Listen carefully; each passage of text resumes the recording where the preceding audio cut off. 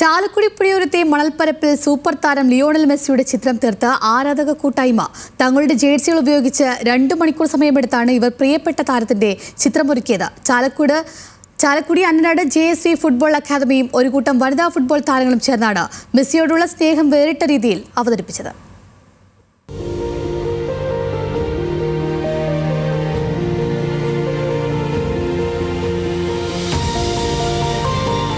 ചാലക്കുടിയുടെ പഞ്ചാരമണൽ തീരത്ത് ഒരു വമ്പൻ ലിയോണൽ മെസ്സി 380 ചതുരശ്ര അടി വലിപ്പത്തിൽ 500 ജേഴ്സികൾ ഉപയോഗിച്ചുള്ള പരിശ്രമം.